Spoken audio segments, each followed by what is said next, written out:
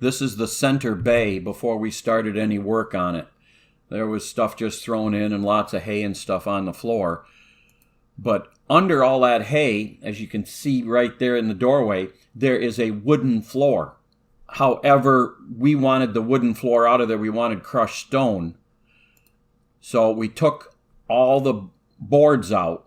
And in another episode, I will show you what I ended up doing with all those boards, because they were a special board. And in the center, you can see that the tree that they used back around 1856 wasn't the straightest. So we set up a rotating laser to get an idea of what's level and what's not.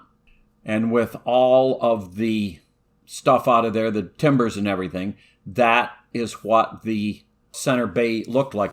We did remove those swing doors, and from our old barn that we had to take down, we took the sliding doors and put them in the center bay of the horse barn.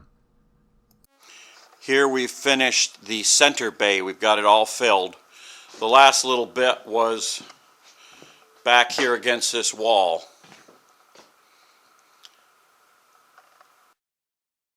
Those grates keep the stone from dropping down into the back bay. Because there's as you can see, there's a drop off. So anyway, that's our center bay. It's a lot better than it was.